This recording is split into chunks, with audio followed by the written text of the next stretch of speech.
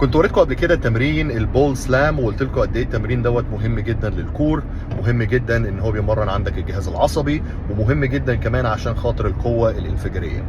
وعلى ما اتذكر ان في واحد براس بغل دخل يقول لي ايه الهبل اللي انت بتعمله ده، انا لو دخلت الجيم ولقيتك بتعمل حاجه زي كده هستلمك. طيب خلينا نشوف مستر اولمبيا 6 مرات على التوالي في الكلاسيك فيزيك سي بام بيعمل ايه.